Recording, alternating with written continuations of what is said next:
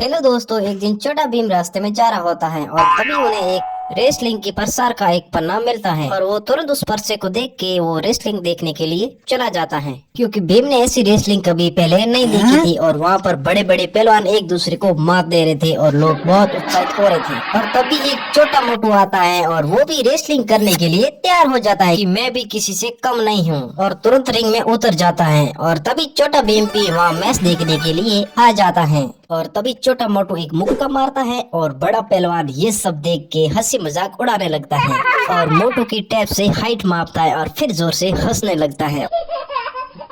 और ये सब छोटा भीम देख के छोटे भीम को गुस्सा आता है और वो पकड़ के तुरंत नीचे गिरा देता है। तभी छोटा मोटू कूद कर एक और मुक्का मारता है और उसे बेहोश करके वो जीत जाता है और लोगों को उत्साहित करके तालियां बजाता है और वो बहुत खुश होता है।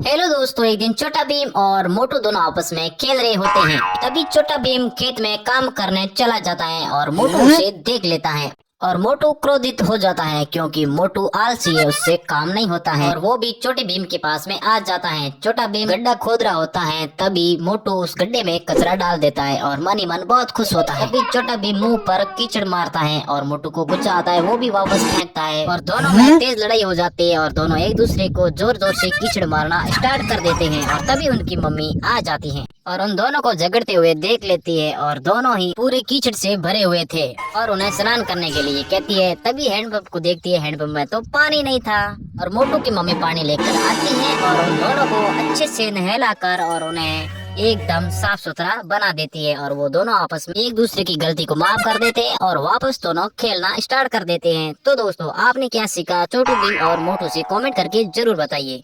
तो दोस्तों, इसीलिए कहते हैं दोस्ती में गद्दारी नहीं होनी चाहिए, कितना भी लड़ाई झगड़ा हो लेकिन दोस्ती पक्की होनी चाहिए। और दोनों हैंडपंप को रिपेयर करने के लिए काम करना स्टार्ट कर देते हैं और एक दूसरे की मदद करके हैंडपंप की टूटी हुई उस पाइप को रिपेयर कर देते हैं और उस हैंडपंप को एकदम ठीक बना देते हैं और हैंडपंप में पानी भी आना स्टार्ट हो जाता है और उनकी मम्मी देखती है और उन दोनों से बहुत खुश होती है। तो दोस्तों, छोटे भीम और मोटू की मम्मी के लिए एक लाइक तो बनता है।